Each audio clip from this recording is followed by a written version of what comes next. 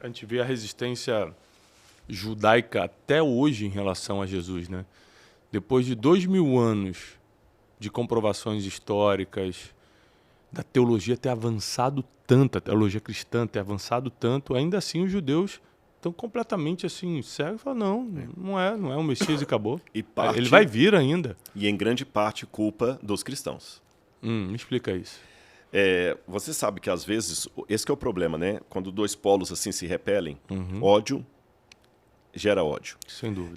Durante o período de Cláudio como imperador romano e Herodes Agripa como governador dos judeus ali, os cristãos começaram a ser perseguidos em Jerusalém. Por volta do ano 54, 57, depois veio Nero, e sempre com o apoio daquela elite do judaísmo que era contrária a Jesus e o seguimento de Jesus. Deixando claro uma observação de rodapé.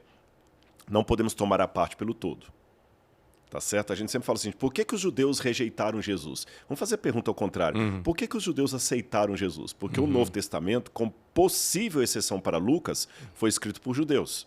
Quem preservou o Novo Testamento foram judeus. Os primeiros que mostraram o evangelho para o mundo foram judeus, etc, etc. Paulo era judeu. Então, antes de perguntar assim, por que os judeus rejeitaram Jesus, vamos perguntar por que também aceitaram.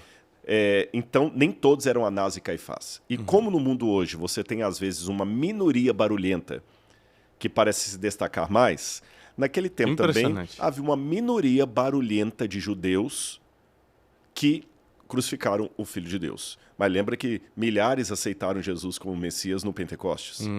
Então devemos levar isso em consideração. De qualquer maneira, essa minoria barulhenta de judeus foi hostil ao cristianismo. Anás, Caifás, Herodes Agripa, Herodes Antipas, todos esses aí estavam indo muito queriam ir contra Paulo, aquela coisa toda.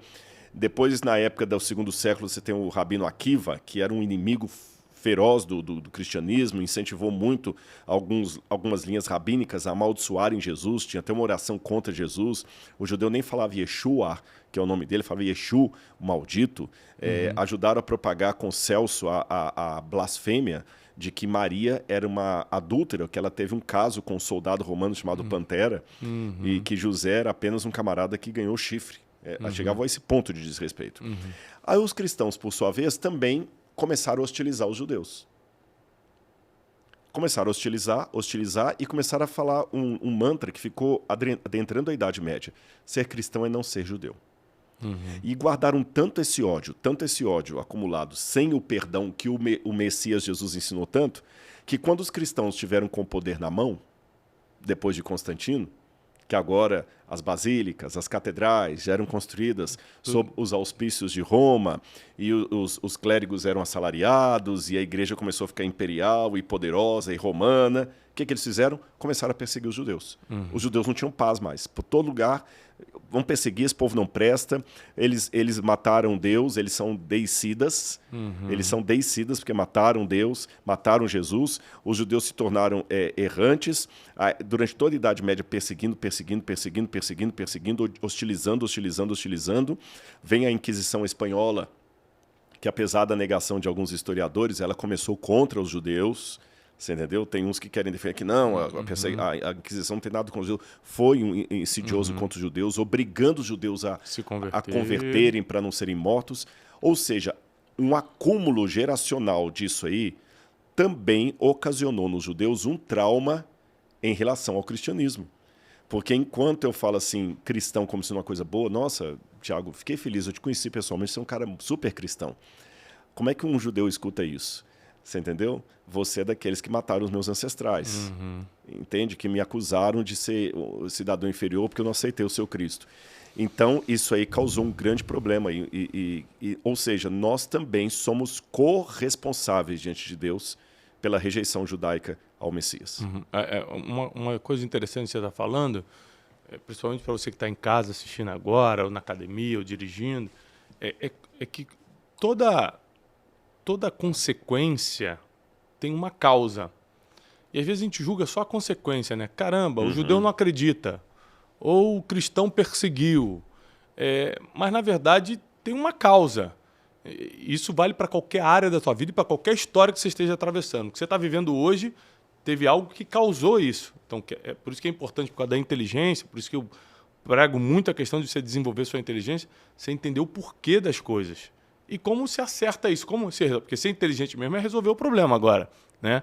Então, por exemplo, todo movimento bem-sucedido nos últimos anos foi movimentos de não violência. Mahatma Gandhi na Índia, Martin Luther King nos Estados Unidos, o próprio Jesus, quando Pedro tira a espada no Getsemane e corta a orelha de Malco, ele fala, guarda a espada, porque quem vive pela espada vai morrer. Então, essa questão do pacifismo é muito importante porque é totalmente bíblico, né? Eu tenho 44 anos de idade. Nesses anos todos, eu nunca vi ninguém ganhar na força, principalmente discussão. Eu sou cristão, vou provar que eu estou certo aqui na briga. Eu nunca vi assim. Se alguém viu, coloca aqui nos comentários quem ganhou para a gente estudar um pouco. Porque, geralmente, é justamente colocando-se no lugar do outro, compaixão, entendendo a história toda para entender a consequência de agora. O único lugar que você ganha na força é luta de ringue. Mesmo assim, o camarada sai muito machucado. Até o que ganha sai muito lesionado. Exatamente. Então, assim, não vale a pena. Agora, voltando ao assunto de Israel. Tem uma pergunta, Wesley? Tenho. Nosso teólogo, vai. Posso começar já? Não, deve ser profunda essa pergunta. Tem. Eu não sei se você sabe, os pergaminhos originais de Qumran estão na casa dele. Olha. Os originais mesmo. Autografados ainda. Foi. Na gaveta de meias, assim, não dou muita bola, não. Ele tem o Pentateuco assinado por Moisés, só pra você ter uma ideia. Com comentários de Martin notas de escritor, com notas de rodapé de escritor. Rodrigo, como é que você explica pra gente a situação de Dimas? Na Bíblia protestante, assim, os evangelhos, ninguém cita o nome do ladrão que estava na cruz. Mas, de repente, surgiu esse nome Dimas. Como que você... Na verdade, esse nome não aparece. Aparece num manuscrito, mas muito tardio, como o nome de Demas, que é um nome grego. A gente fala Dimas, a gente é portuguesa. Tem um Demas na Bíblia, do apóstolo Paulo, mas não é desse que ele está falando.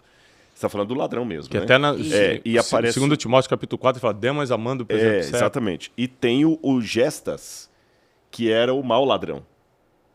Entendeu?